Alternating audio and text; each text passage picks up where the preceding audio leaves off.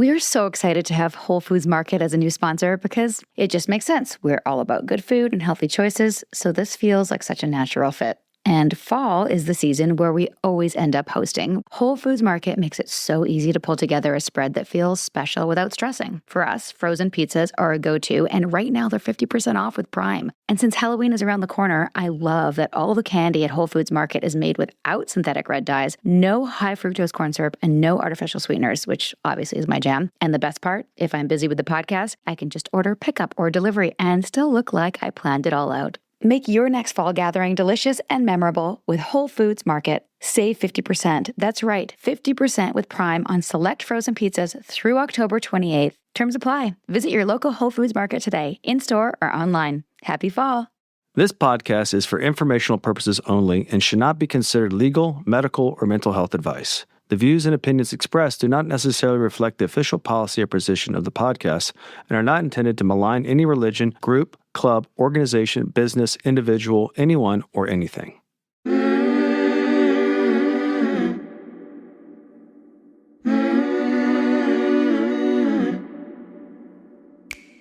I'm Sarah Edmondson. And I'm Anthony Nippy Ames, and this is A Little Bit Culty. We woke up from a cult, and that journey was captured in The Vow on HBO and in my memoir, Scarred. Now, in this podcast, we break down the shame and secrets that make these experiences so destructive with honest conversations on how seemingly benign groups can cross into the cultiverse and how to spot and recover from trouble if it happens to you. Each week, we bring in experts, survivors, and whistleblowers to explore red flags, resilience, and even share a few laughs because sometimes you gotta laugh. Subscribe to our Patreon for early and ad-free listening, some live Q&A, and exclusive content at patreon.com/alittlebitculty. Welcome to Season 8 of A Little Bit Culty.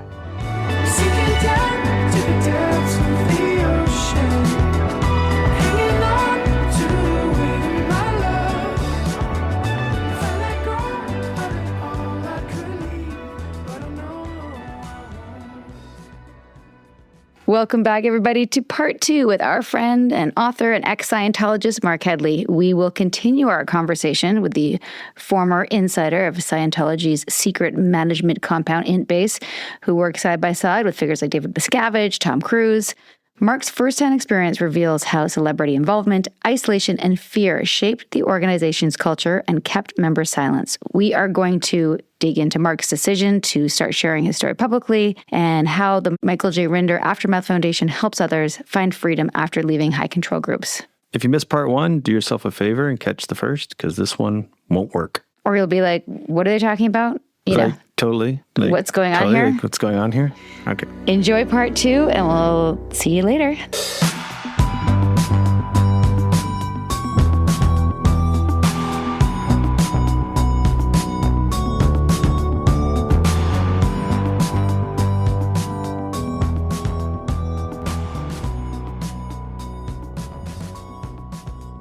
Welcome back, Marc Headley, part 2. Thanks, everybody, for your patience. I know everyone's dying to know what happened with you and Tom Cruise in that. Tom Cruise, who's that again?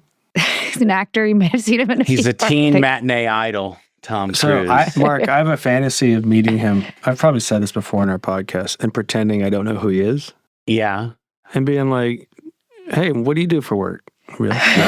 I'm an actor. I'm like, oh, really? That's great. My son's an actor. Would I have seen you in anything? That would be so amazing. So when I got into the Sea Org originally, I went to Scientology schools, and then they ended up recruiting me into the Sea Org. And I worked in Los Angeles for a little bit. It's an international Scientology management organization, but it's a mid-level organization that they just gets its orders from the top, and then they distribute them, really. They're just the sort of a hub that all of the programs and the new things that are going to happen in Scientology fan out from Los Angeles. And I worked at that building in Los Angeles. It's at 6331 Hollywood Boulevard. I'm pretty sure I've walked by that. Yeah, it's called the Hollywood Guarantee Building, and it is a historic building. Charlie Chaplin had his office there, and they have like an L. Ron Hubbard museum in the ground floor. And one of the management organizations there was called the Association for Better Living and Education, and it's a Sea Org, Scientology Sea Org organization. So it's staffed with the people that sign the billion-year contracts. These are the people that have dedicated their lives to Scientology forever. When you join the Sea Org, that is what you're doing. You're dedicating the rest of your life to Scientology. And you get paid $46 a week, and you work from 8 in the morning till pretty much midnight every day. And Sunday, you get 2 hours off in the morning to wash your clothes. And they have these organizations all over the world. And another big one is in Los Angeles, and it's the one I worked at. And then within 6 months of working there, 6 months, maybe 9 months, I got promoted to go to the headquarters because they had gotten rid of an entire department of people that made these cassettes. They just got rid of them. They sent them to the RPF or they sent them out of Scientology. And it created this hole that they had to fill immediately. And so they bring people up from the lower ranks to come to the headquarters. That's how you kind of move. Depending on where you are in the Sea Org is based on your location. If you're out in the middle of nowhere, then you're at the lowest levels. And as you move closer to Los Angeles and Clearwater, you go higher and higher up. So you're like the farm team. Exactly. Yeah. I was in the AAA leagues at this point. AAA league. And I was about to go pro. Yeah. So get called up. When I get to the international headquarters, I find out, there's basically a bloodbath here. And I'm filling in for the guys that just got nuked.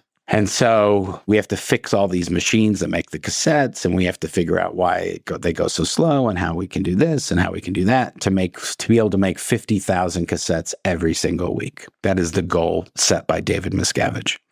And during that time period, there was a giant flood that flooded the entire property. And it destroyed these brand new bungalows that had been being made for Tom Cruise specifically, where he could come there and live there while he did Scientology training and Scientology counseling, delivered by the people that L. Ron Hubbard trained on how to do that. And so these are the experts in how to learn Scientology and how to get the Scientology counseling. And when you're first getting into Scientology, you not only have to train on how to do it, but you have to practice on somebody.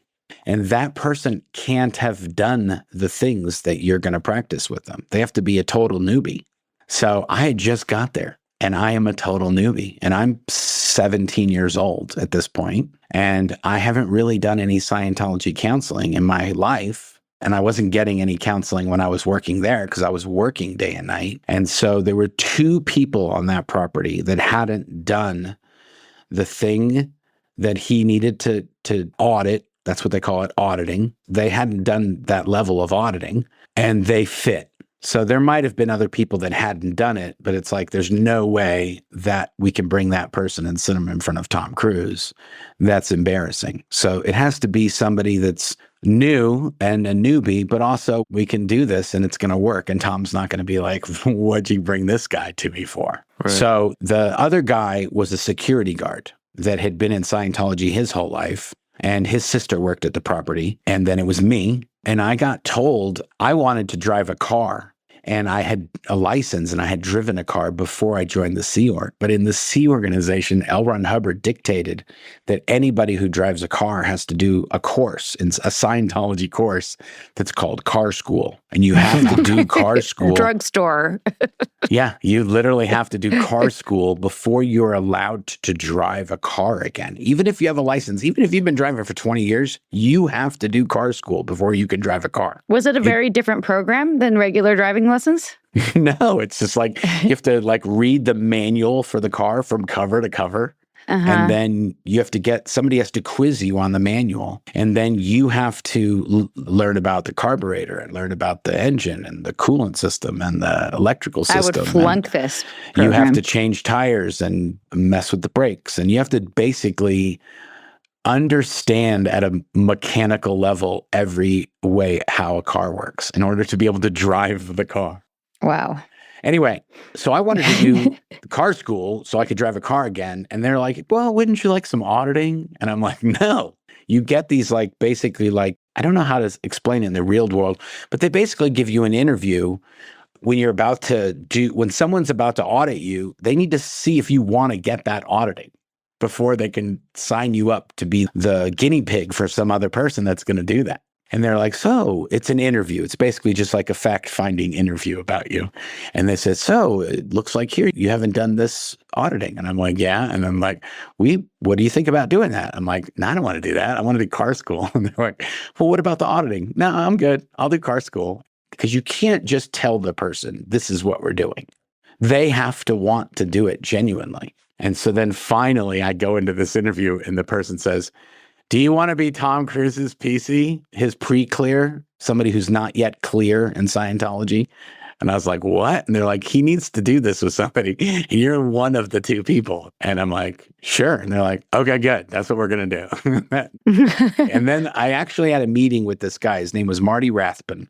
He was famous. Besides David Miscavige, the captain, David Miscavige of the Sea Organization, the next guy below him was Marty Rathman. And he worked in what's called Religious Technology Center. And that's the organization that David Miscavige runs that controls all of Scientology worldwide. Everything can be done from there. Whatever David Miscavige says goes. He's the God. He's the Pope of Scientology. So Marty Rathman comes to see me and says, you need to come up to my office. I need to brief you and how this is going to work and everything. And I'm like, okay. And I go up to Religious Technology Center, which is on the highest part of the property, pretty much from where Golden Arrow Production is. So Golden Arrow Productions is on both sides of the property. And then way up on the hill is Religious Technology Center. And then at the top of the hill is L. Ron Hubbard's mansion that they built for him when he comes back.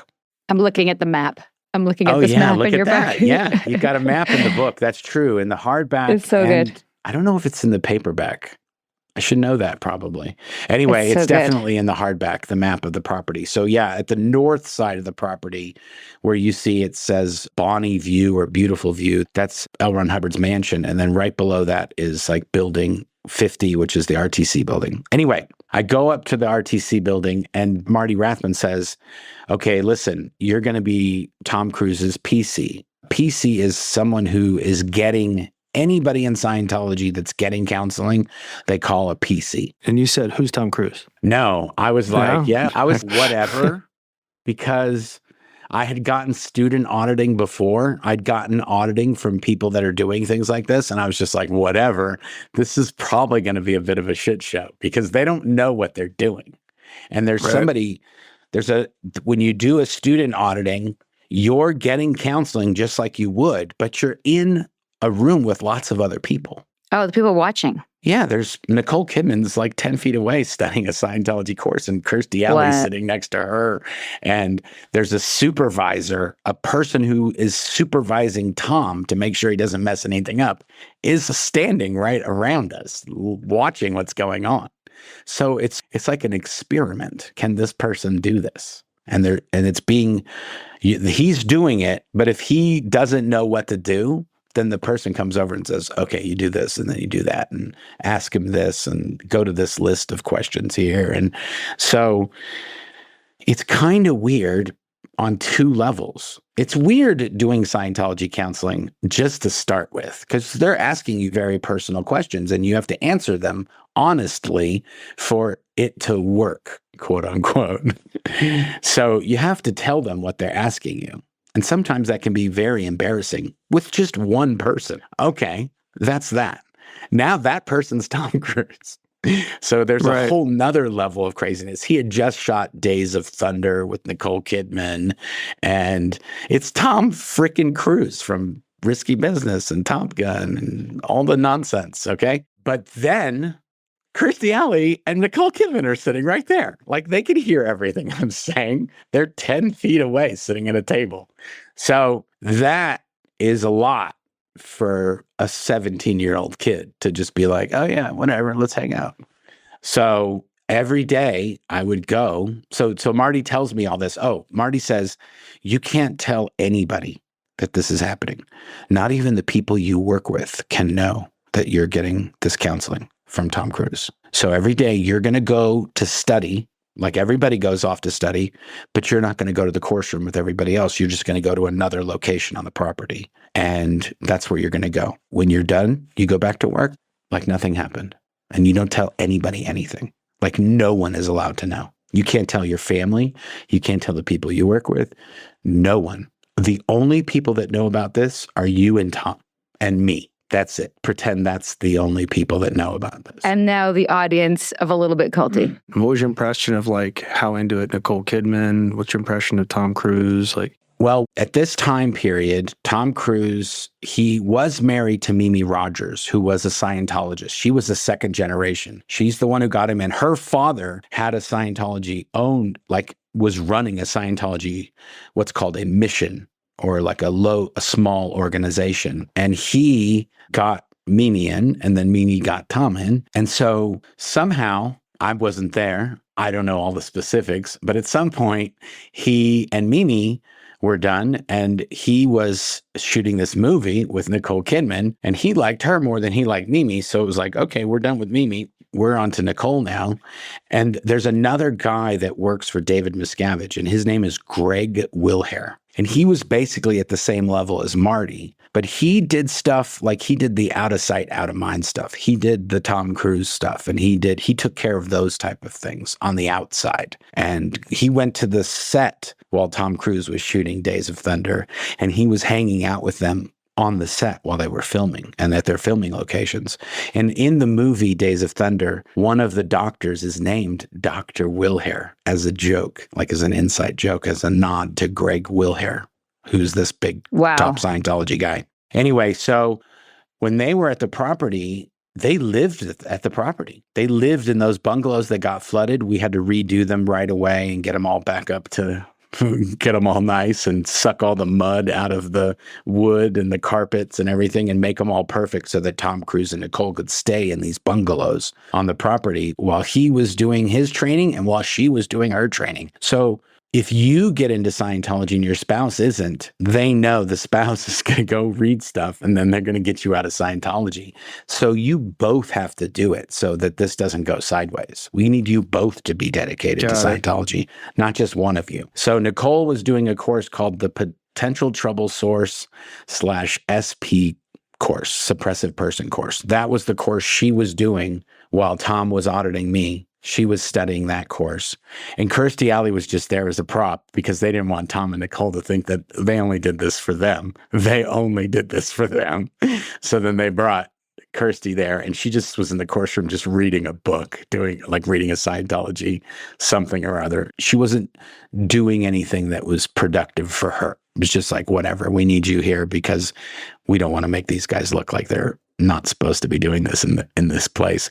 And the place where this was all happening was a conference room that's attached to L. Ron Hubbard's music studio. And right on the other side of the hallway from the studio is a conference room done up in the Knights of the Round Table. So there's two giant suits of armor on either side of the door holding their things, and there's these giant wood tables that are with wrought iron steel legs, and it's this medieval conference room is where I'm getting counseled by Tom Cruise. And he was asking me, the levels that we did are very introductory Scientology counseling, which is easy to do for the counselor and it's easy to do for the pre-clear. So it's easy stuff. Look at that wall, walk over to that wall, touch the wall. Thank you. Turn around. Thank you. Look at that. And we just walking around the room with doing Scientology processes with books and bottles. And what is its weight? What is its color? What is its temperature?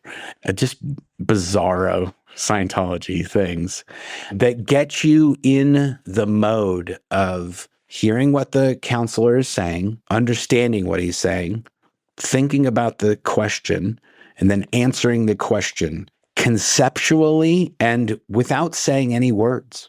So you have these cans in your hand that are hooked up to the e-meter, and the counselor can ask you questions and you can answer without words. You're just sitting there thinking about the answers. And then the e-meter that you're hooked up to with these cans has a certain reaction that happens on the needle. And there's let's say 20 different things the needle can do. And depending on what it does in its reaction and its state means something. It's basically like a lie detector or a dividing rod of the soul. It kind of guides the counselor on where to go. Do you think it's legit? Do you think it's backed by any real science? No, it's completely, it's a parlor trick, but it works. This is my take on it. There's a million different things you can say, and scientifically it's this, but it works if you think it works. If you think that if they ask you something and you don't give the whole answer, then you're going to react a certain way. You react a certain way. Because it's measuring something. It's picking up something like your heart rate or your blood flow. Yeah, and it definitely reads a certain way when you think a certain thing. That is actually, I think, true. If you think it's going to do something a certain way, when you think a certain thing, it will do that. If you think it. But also conversely, and this is something that I say in the book, I'm pretty sure I say it in the book, but before I joined the Sea Organization, I went to a Depeche Mode concert at the Rose Bowl in Pasadena, California. And it was the most epic Depeche Mode concert that ever was. And it took place at the Rose Bowl, and my friend's dad bought us front row center tickets for that concert. And every time I think about it or even speak about it, to this day, just now, I get goosebumps. I feel the actual rush of that moment. So much so that even now, it's, 1988, I think was the concert. That's been a while. It's been a while. It's been a couple of days, but I still have this reaction. So whenever I was being questioned or interrogated on the e-meter, I would always think of that exact moment. And it's the well that I've gone to every single time. And the needle will react in a way that means the counseling is going amazing. And not only that, but if you're interrogating a person and the needle does this reaction, you're done. It's done. This he's so clean, his shit don't even stink. He is good to go. No crimes. You're not supposed to try to influence the meter. That's a crime in Scientology, to try to trick it. But I was like, I'm thinking about something and it's reacting to what I'm thinking about in a good way. So there's something to that. But it also works for me because I don't want to tell them this other stuff. No matter what happens in this relationship, I'm the good guy. Even cult podcasts need sponsors, everyone. Check out these must-haves.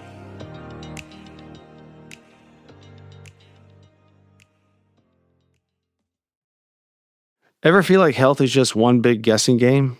What supplements do I need? Am I getting enough sleep? Should my diet be keto, Mediterranean, or something else entirely? Superpower finally replaces the guesswork with real, personalized answers. They send a licensed professional right to your home, or you can pop into a nearby lab for one simple blood draw that analyzes over 100 biomarkers. That's way more than a basic annual checkup, and it unlocks incredible amount of info on your body. Their app breaks down heart, liver, hormones, metabolism, vitamins, minerals, even environmental toxins. Whether you want to prevent disease, beat brain fog, or just optimize your gym results, Superpower delivers the most advanced and comprehensive health insights out there. Get a custom action plan based on your actual results, including supplement suggestions, nutrition guidance, and lifestyle tweaks. You'll even see your true biological age and can track your progress with every new test. Superpower system builds year after year, giving you a complete picture of your health journey. And now, the price is just $199, compared to other testing services that charge $500 or even $1,000 for less.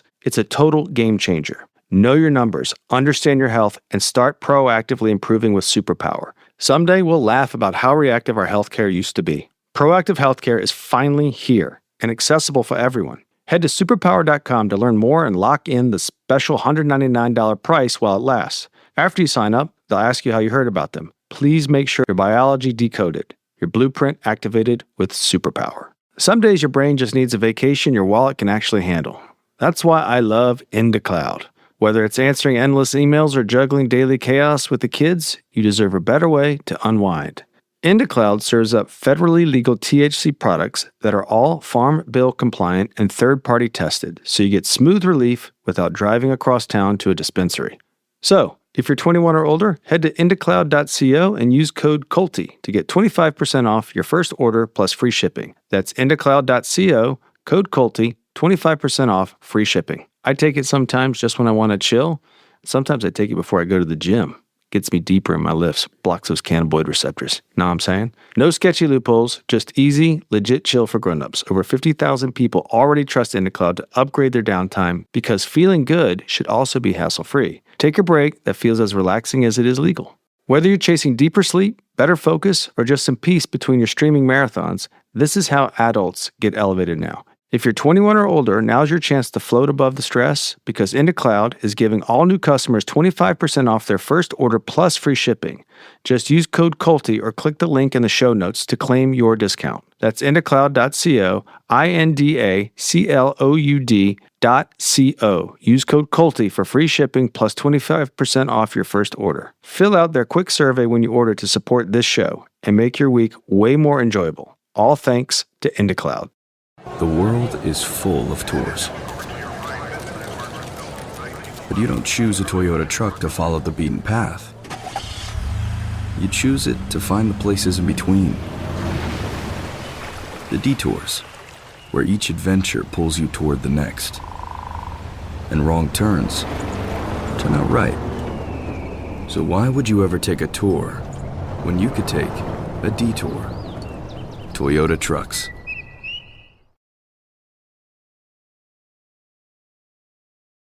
Sponsor break's done. Now back for more culty stories.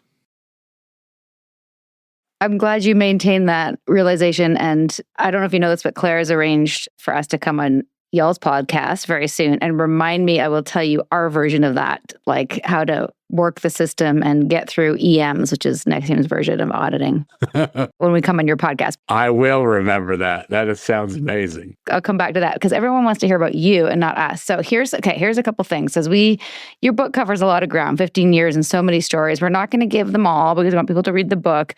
But yes. Would you tell the story about David Miscavige almost getting shish kebabbed? Sure. At a performance? That's a great story. I would love to. I haven't told that. I don't think I've ever told that story outside of the book. Really? Okay, great. Yeah. At least I don't remember. Maybe I did. When the IRS recognized Scientology as tax exempt, they had a giant event at the Los Angeles Sports Arena in California. Crazy. And it was it was in October. Was it in October? 93, wasn't it? Yeah, I think it was at the end of October.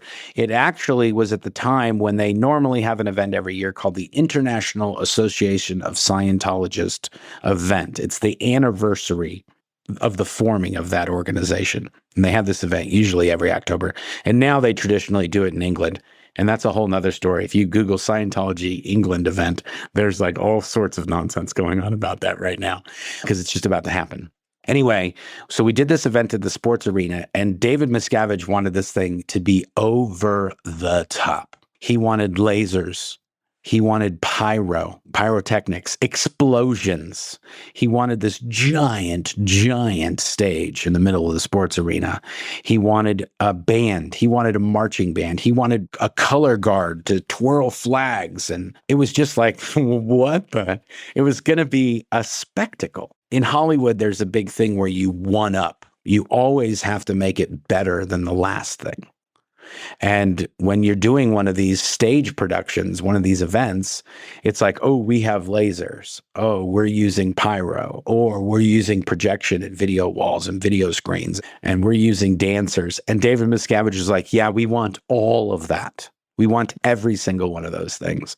So in the very, very beginning of the show, this color guard does this whole dance on the stage, and there's hundreds of people that have flags from all different countries all over the world, and they're marching through the audience, through like the aisles of the audience, and they end up on the stage. And when the girls are done dancing, they're supposed to run off the stage with their flags, and then David Miscavige comes out onto the stage, and that's how the show's going to open. That's the opening of the event. And so David Miscavige is standing backstage. And when you work at Golden Era Productions, if you work in the audiovisual fields there or any sort of audiovisual production, you often also have a job at the Scientology event. That's your job, but you just do it when the events happen. And so I had one of those jobs, and I was supposed to be quality control for the audio visual. So I would check all the microphones that are feeding to the broadcast truck and that the signals are going out right and to the satellite feeds and the tapes are being recorded correctly and everything's set. The levels of the audio are all perfect. And so that's what I did for a lot of the time. But if I was needed on stage or backstage, I would also be the stage manager and have some relation to the stage functions. So during this event, the stage manager was a guy named John Thomas, and we called him JT. JT is supposed to basically tell Hubbard, he's got a headset, JT's got a headset, an event headset, a broadcast headset. And when they say, okay, MC, then he has to push David Miscavige out onto the stage and tell him, go, you got to go. And then David Miscavige walks out to the podium. Hello, hello. Anyway, so the girls are going to come off the stage. The flag girls are going to come off the stage. And then David Miscavige is supposed to enter onto the stage. But there's a confusion on which side of the stage he's supposed to enter from. Nobody knows. And so JT's like, okay, let's have you come in right here. You stand right here in this exact spot. And people that have been watching the show all day know that when the girls, the flag twirlers, it's high school and college kids from the local colleges are the ones in this color guard. That's what they do. And we just hired them. They run off the stage and they're supposed to throw their spears. They're not their spears, they're flags. They're supposed to throw them into this pile on the side of the stage. And as they run off, and they come from both sides of the stage, but they end up in this one spot and they just throw their flags and then they get off the stage as fast as possible. So when they practice this, there's these flags are like spears that are being thrown back there. And that's the spot where John Thomas told David Miscavige to stand before he went onto the stage. Oh my God. Conspiracy. Do you think JT was trying to get him shish kebabbed? He's literally standing there and he's watched us run through these things. So he kind of knows what's happening too, but he doesn't know what happens necessarily backstage. Right. He was out in the crowd watching to see how the people would receive it. Anyway, he's standing in this spot and the girls, the women the flags are twirling. The music's playing. The event is happening and all this stuff's going on. And then David Miscavige, his spidey senses started tingling. And he's like, are you sure I'm supposed to be right here? And they start coming off the stage and they start throwing those spears and they're going by David Miscavige. And he is just moving. And they basically, 1 spears, 2 spears, and there are 2 rows of people coming off the stage, just running. Anyway, my God. John Thomas Lost his job. Yeah, he went to the rehabilitation project for us after that. Wow. That was his punishment for that. Yeah. You almost get the Pope shish kebab, you're going to be in trouble. Yeah, it was a big deal. And at that time, I was the pre-production director and John Thomas was the stage manager. So he was my direct subordinate and he got assigned to the RPF. It wasn't a good look for me either. We kind of abandoned our normal format because we usually talk about how we get in and we always like to show why people stay because there has to be something that's good. And I think in this case for you, it was just convenient. You had a place to stay, you got a job, you're making some money. Totally. You didn't have a lot of other options. It's not like you were, meditating. It was 3 hots and a cot for me. And I got to I got to play with cool toys and I got to as a kid, I was taking apart TVs and radios and fixing stuff. So I've always been heavy into audio visual. So it's a no-brainer. What a gift. I literally worked in every single possible audio visual field from audio mixing, film recording, video production, film production, post-production, event production, audio visual systems, design and manufacture. It's just so for me, I was a worker. And if you leave the C organization, it's not good. But they let you sort of become a paying Scientologist again. If you do a bunch of steps and remedial steps and you confess that you were a criminal and you did all these horrible things, then they may let you back in and pay to do Scientology. But L. Ron Hubbard said specifically for the people that worked at the international headquarters, because we've seen behind the curtain, we know how everything goes in Scientology. We know really what's going on and how much things cost to make. The cassettes we made cost $1. They charged $75 for each cassette. Wow. $75? $75 each. Most of the time they would sell them in sets. So the set of 8 lectures would be $1,000. And then there's a transcript and there's a this. But essentially, if you just average it out, it cost about $1 to make, between $1 and $1.50, depending on the time period and the tape we were using and all that good stuff. The cassette itself would cost $1 to $1.50, and they would sell it for an average price of $75 each. And they had thousands and thousands of these, and you were expected to buy all of the ones that were available. So if there's 1,500 cassettes out there, then you, as a dedicated Scientologist, should own 1,500 of them. And every time we release a new set, you should be buying those as well. I remember Leah Remedy telling us about that with the books, like when they found errors and they redo them, you have to buy those and like, God, what a racket. It would literally be like your car. They do that with all the counseling and all the courses as well. So even if you already bought the car and you've been driving the car for 5 years, it's like, not only can you not drive the car anymore, that car must be destroyed and you have to buy a completely new car. You have to start all over. That car's dead.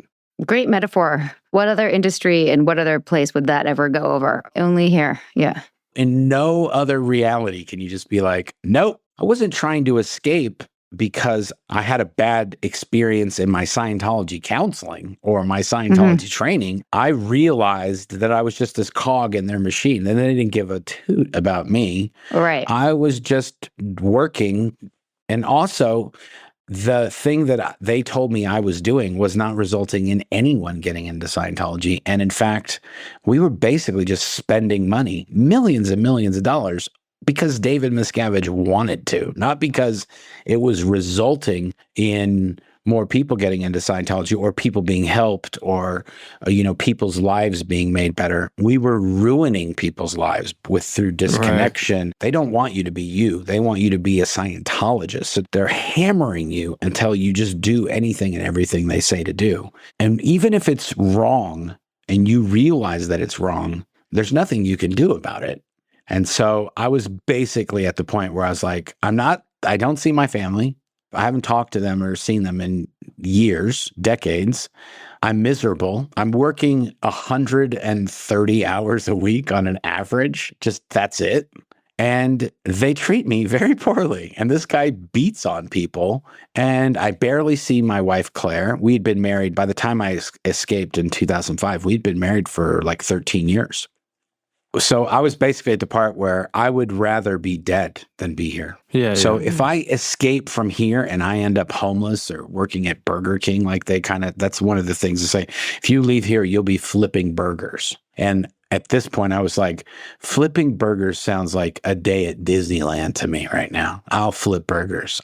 That's like the least of my problems. So it was basically like, I'm going to leave here and try to at least have a life and start over from complete scratch with nothing. And with the possible risk of being homeless, that was a better prospect than staying there.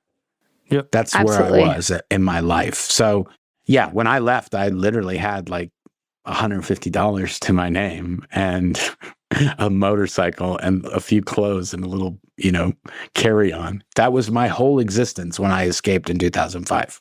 There were so many, you call them signposts, on our podcast we call them red flags, same thing. Like so many things along that way that you were like, and this happened and that happened. And there's just like too many to name, but like just off the top of my head, like we can't get into all of them on the podcast, but like a musical chairs game that Miscavige arranged where if people lost, they were being kicked out.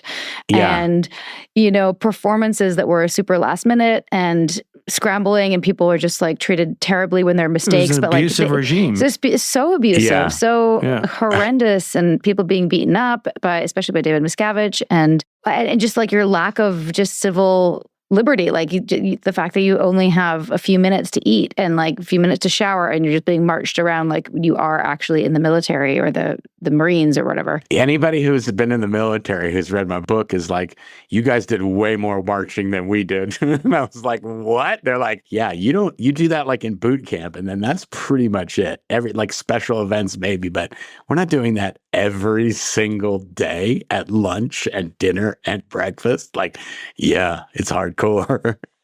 Yeah. And it's just struck me how like you don't actually have the time to think because you're just so exhausted. So it's not like you can be like, let me think about what life could be like outside of this terrible situation. And they do always paint it as sort of like everyone outside of the property are murderers, drug addicts, prostitutes, criminals. The outside world is where the danger is. In here is a safe zone. We're your friends. We're all here. We're all in it together. We're doing this. And I have said this before in other podcasts, but I don't think I've met anyone in the outside world that I physically was scared of or worried about or like in fear of than the people that worked at the international headquarters. They treated me worse than anyone in the outside world has treated me. And there might be 50 people there that treated me like that. I haven't met one person like that, I don't think, in the outside world that like genuinely was trying to do me harm at all costs.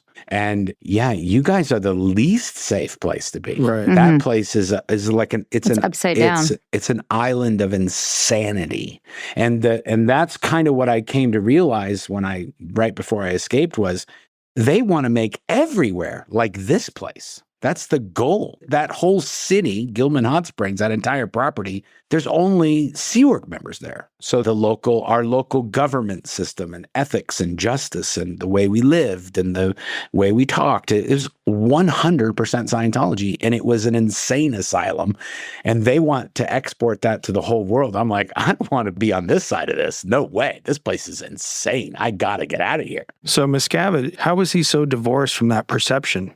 He's basically a zealot. So like I said earlier, Scientology is a fanatical belief system. So you can't kind of believe it or 80%, it's 100%. And so whenever there are L. Ron Hubbard policies where he says, hey, if Joe is running around with needles sticking people, it wouldn't be a bad thing if, we've took Joe out in the back alley and gave him a black eye. Or maybe if we took him in the back alley and we didn't see Joe after that. You can't be punished for getting into a brawl over getting Scientology done, getting things done in Scientology. Because of the greater good. It's the greater good, yeah. If Joe's running around sticking people, the next time you see Joe do that, best make sure it's Joe's last time he ever does that.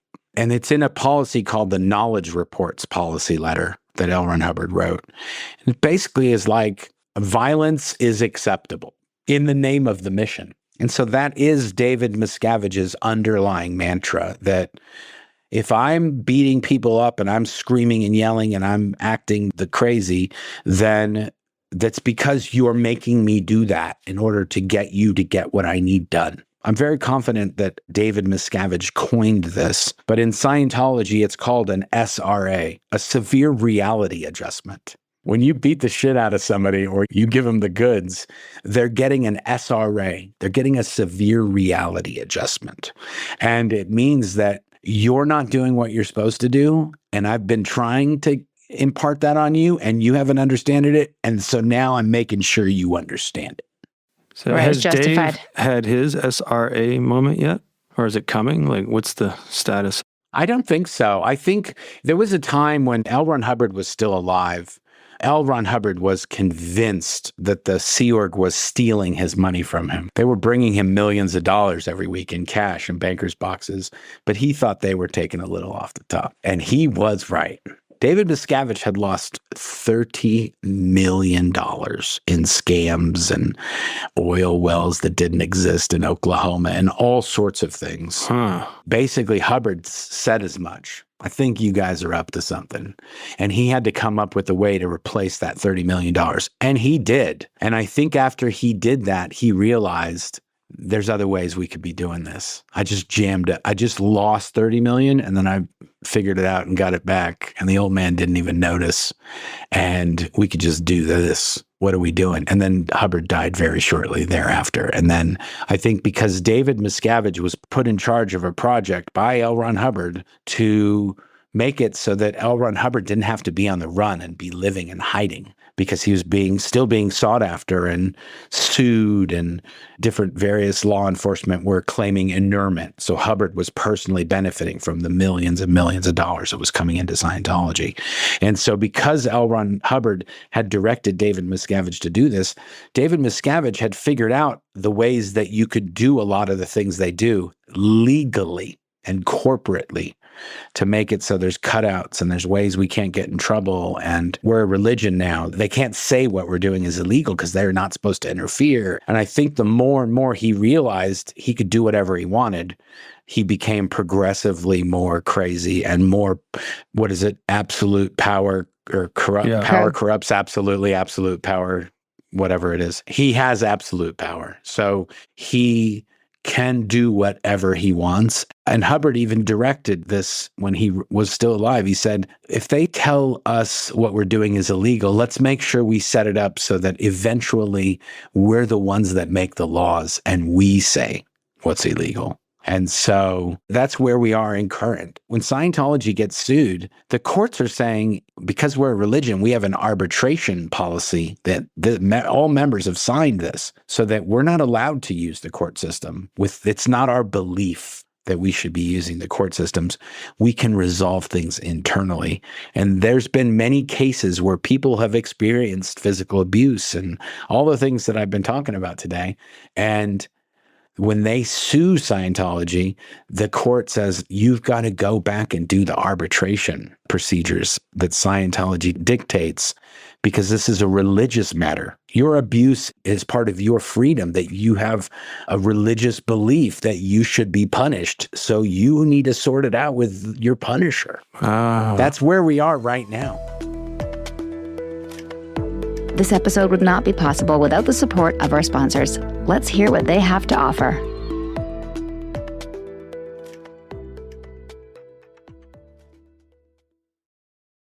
Guess what happened this week?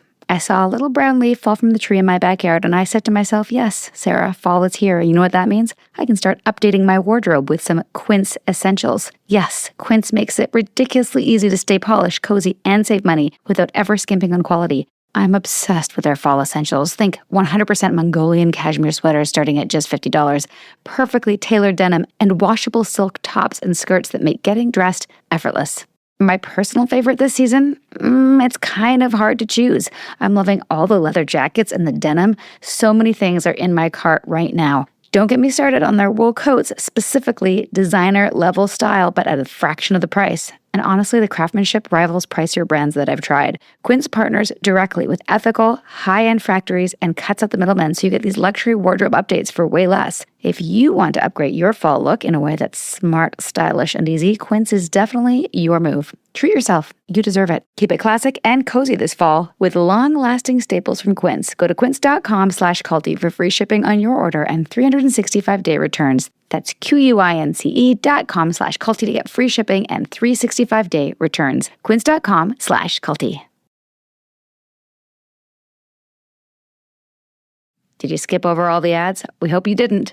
Thank you to our sponsors, and thank you for listening. Now, let's resume our culty convo. Why can't the legal system say... Because they're a religion. Yeah, but why can't they prove that it's not a religion? They even know it's not a religion. There's documents that say it's not a religion. Mm-hmm. And all these whistleblowers like yourself who say it's not a religion, they just decide to be a religion for tax purposes. If they say it's fraudulent, then they can't use that. Isn't it weird that basically... Well, you just found your campaign. Yeah. Isn't it weird that essentially an organization which is taxed with collecting money from inhabitants of the country, they're the ones that decided that Scientology was a religion. The IRS decided that financial organization decided that it's a religion. So that is essentially the key, is your get out of jail free card, is that we have this religious cloaking that Scientology has applied to it. I want to say that's where your boy Keith went wrong. If it was a religion, he might have gotten away with it. If you guys signed a thing saying, beat me, whip me, brand me, then hey, Scientology, they brand your mind. Yeah. 100%. They literally make it so you're the one that keeps yourself prisoner there. And that is another thing. When you leave and you make a stink, it's Scientology policy that they must fair game you, destroy you utterly. L. Ron Hubbard wrote those words. When someone escapes or they speak ill of Scientology, they're a suppressive person, and they're hurting our bottom line, then they're fair game. And you've got your little SP bracelet. Is that from the service, the Mike Render service? Yeah. That's amazing. Those were so popular. This is like something I treasure. People out there still think that we're suppressive because we destroyed the mission. Yeah. Anyway, You guys are like top 10 in your world. You're like top 5, maybe. this is like better than a sash. This is better than the sash for me. I will tell you. It's I love also this bracelet. fun. It's stainless, so it's pretty good as a It's bracelet a really goes. beautiful gift. When we interviewed Mike said, because I asked him, like, where's the light at the end of the tunnel? And he said, you just kind of nailed the campaign. He's like, a politician is going to have to make this as talking points and go in and say, look, this is wrong, and run on that campaign. Because eventually Scientology, if it gets bigger, is going to get to a point where people are going to be like outraged, and then someone's going to pick up the torch to take it down.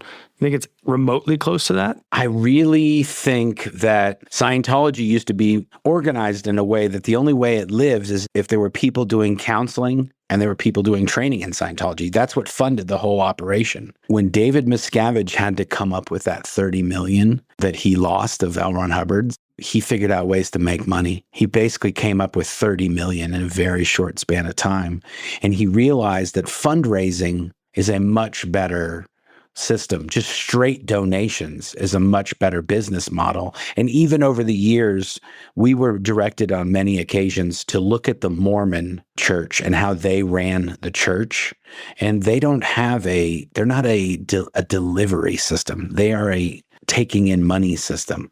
They just get the money. They just want the money. Just give us the money. If this is how we want you to live, this is what we want you to do in Scientology, just give us the money. And that's switched over to the system, which L. Ron Hubbard actually forbade in his policies. They're not supposed to do these events that they do with these fundraising events, and they weren't supposed to participate in fundraising. And so at this point, Scientology has been shrinking. There was maybe 100,000 Scientologists in the 1980s, the mid-1980s. And since Hubbard's death, it's gone down. But over the years that David Miscavige has been in charge, the membership has been going down, but their income and their assets are going up. So he's basically just turned it into a rich cult kind of networking system where you have a lot of these millionaire members, and the members that aren't yet millionaires want to get into their club. And the only way to get into the club is to give Scientology money, and then the network will hook you up. And so then you can make more money, but then you also need to give it to Scientology. So Scientology, when we left, they were worth $3 billion in 2005. Damn. That's how much money they had. But also at that time, they had $1 billion in debt to members. So they'd taken in $1 billion for training and counseling and not delivered it to the members. And David Miscavige, we had many meetings where he was like, if we shut down all new income efforts and just delivered what we owe Scientologists, it would take hundreds of years. And then we would have to operate on no income for hundreds of years. The system doesn't work. L. Ron Hubbard's system. Do you know what it's worth now? I don't. It's most likely more. They do have a policy within some parts of the organization, specifically the International Association of Scientologists, which is their biggest fundraising organization and also is where they keep what's called the war chest. And they are only allowed to spend the interest. They're never allowed to spend capital. They only can spend interest on what that money makes. And I would say they get anywhere from $50 to $100 million a year that one organization raises. Holy They shit. have one member. There's one guy named Bob Duggan. He has confirmed him personally himself. He's given them over $360 million. One person. And he's one of these guys that's in this rich kid club of Scientologists where it's like a network of people that want to make money and people that do make money. And the only way they can one up each other is to give more money to Scientology in that club. And if they have a jet, own apartment buildings and Grant Cardone kind of characters. And Grant Cardone's in that club too. Yeah. And he actually tried to get even higher up in the club. And the Bob Duggan guy was kind of giving him like, I don't know, you're not all that. Funny story about that. Nippy did a real estate course with him right when we first got out of No, I NXIVM. didn't. I bought a book. It said about real estate. Okay, but do you remember when his team started calling you and I said, you're a fucking cult. Lose my number. Yeah, he did something. I didn't know that he was a Scientologist, but his book on real estate was actually informative. Grant has his own little cult, and he was doing that. He was basically a car salesman that would teach other car dealers how to sell cars. And that's when he got into Scientology. He was already very successful in that venture, and he was starting to get into real estate. And when he found out that there was a whole nother cult of suckers that he could tap into, and he could use their sales techniques in his cult, it was like a match made in heaven. It's like basically a sales cult joined the Scientology cult. Yep. That is so wild. We did a show with the Mormons called Mormon Stories. And every time John DeLynn. Yeah, with John. And every time we would say, oh, we have this, it was like, oh no, we have that too. And he brought up a very interesting point. He's like, yeah, that's why we're a $300 billion cult and you're a $3 billion cult. Because we do all the same stuff. We just take that nastiness and we just round that edge off a little bit. We do it, but we don't do it nasty. Yeah, it's not as overt. Because we know that's not good for the bottom line. Right. Yeah. And so they do the disconnection, but they don't go crazy. They don't go overboard. I'm so glad we were talking about this on John's thing, because David Miscavige always said, oh, we need to see what the Mormons are doing. We need to see what the Mormons are doing. And I said, wouldn't it be crazy? Like the Mormons and the NXIVM and the Sign, we're all teaming up. What if we had our own podcast that was all of the people, and you just Let's tell do it. And we just get a different person on each week, and we find out, oh, what did you guys do? And then we all know, yeah, we did that. Yeah, we did that. Yeah, we did that. And it was like, and I thought, that's David Miscavige's worst enemy, is the ex-cult members are all teaming up with each other. Has David Miscavige read your book? Because I feel like you really call him out in this book. And it's so, I really hope he has, because I feel like he needs a little date with reality. He needs a severe reality check. Yeah. One of our ideas is to create a cult channel, to your point. Yeah, that's literally, when we were talking, I was like, that would be so amazing, because you really do, the more we've collaborated with other channels and other groups, you really do feel like the connection is the key. And because Scientology, their main thing is to disconnect people from each other, because then they can't share stories, they can't collaborate, they can't become greater than Scientology because they don't know the whole story. When you do that in Scientology, it has a soothing effect or a justice effect or whatever it is. Exposing it happens more and more. But then when you connect different ex-cult members with each other, it does it on a whole nother level. And it's sort of like the connection. I realized the connection is the key. As long as people are connected and they're sharing their stories, that's inoculating the rest of everybody else. Because even they don't have to be in the cult now. Obviously, there's so much to talk about. But our next book has this playbook, and we look at all the tactics and we give case studies.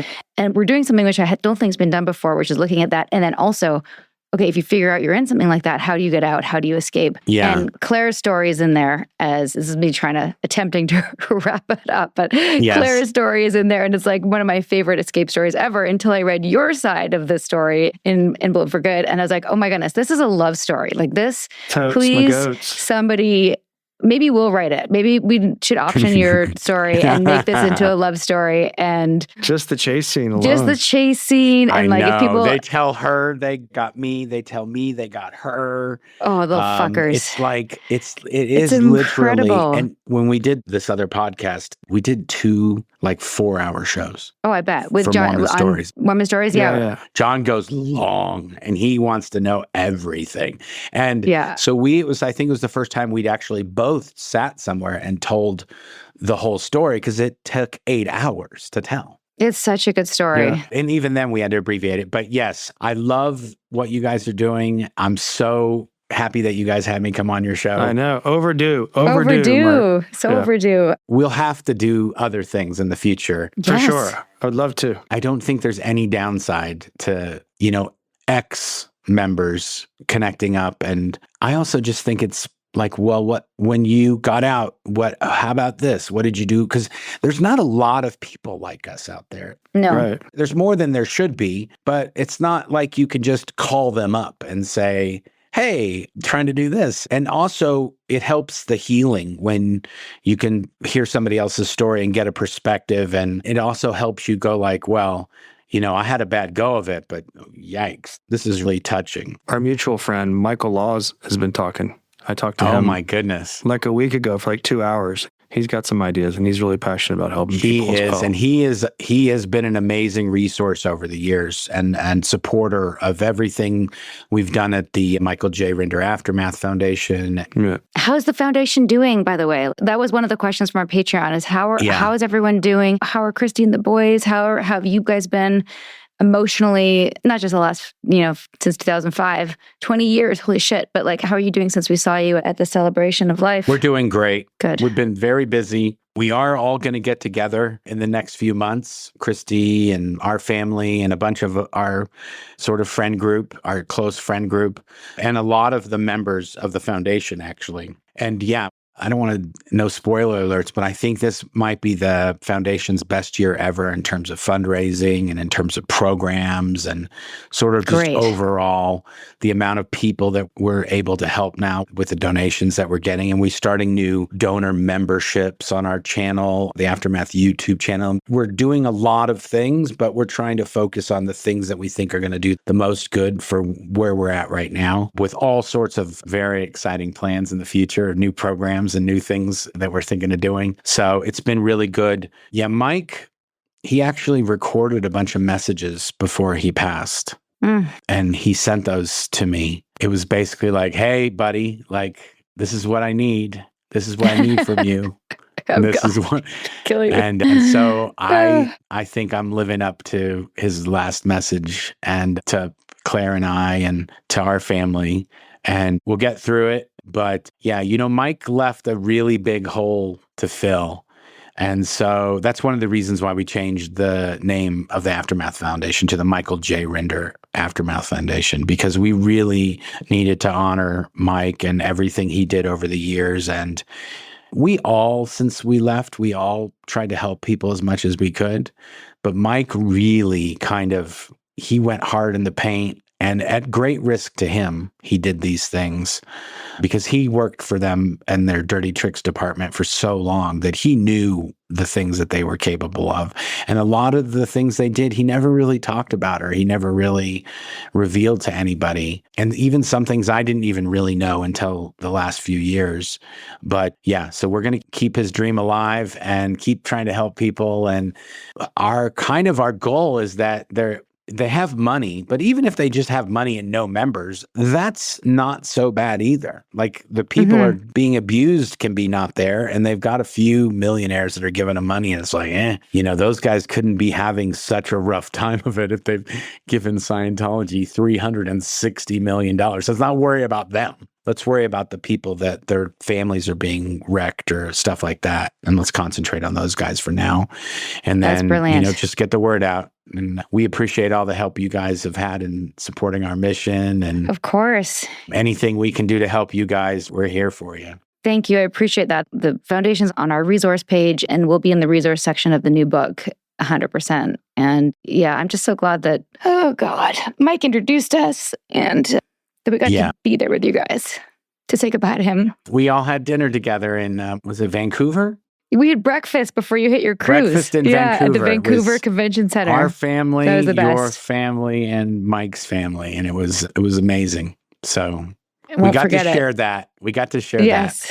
And he'd be very happy that we're doing this. So please, yes. Well, let's definitely get me, you and John and Nippy, Claire, like let's definitely collaboration somehow. Awesome. We should do that. And it's a good idea. Thank you so much for your time, Marc. You're a gem, and it's an honor to call you a friend. Awesome. Thank you. I appreciate it. Thanks for having me.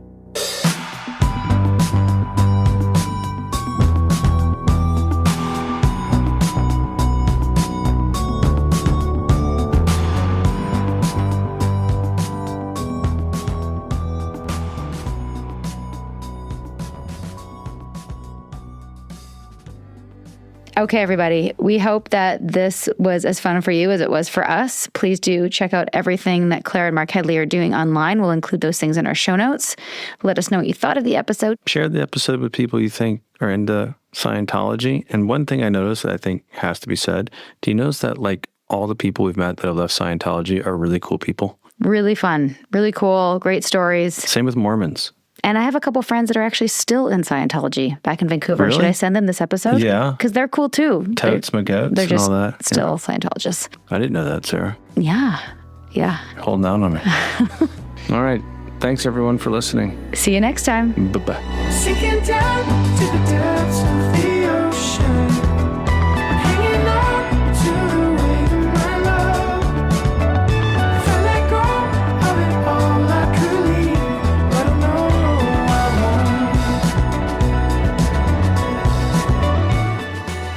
won't. We hope you're enjoying A Little Bit Culty. If so, please do show us some love. Drop a rating or leave a review. Hit subscribe on Apple, Spotify, or wherever you listen. And subscribe to our Patreon at patreon.com/alittlebitculty. Even better, send this episode to someone who needs it. Maybe they're in a cult. Maybe they're just a little bit susceptible. Or maybe they just love a good story. Spread the word, spread the love. Thanks for listening, and see you next time. A Little Bit Culty is a Trace 120 production.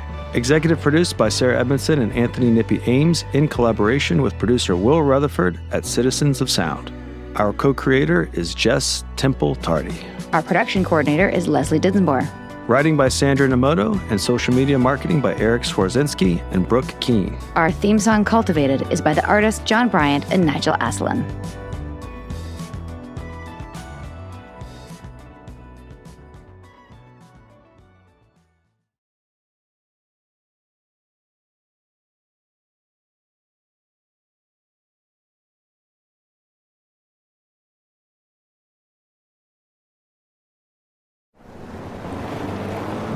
You hear that? That's not just a Toyota truck. That's the sound of no crowds, no alerts, no distractions, and no telling what you'll find next. You know, like a detour.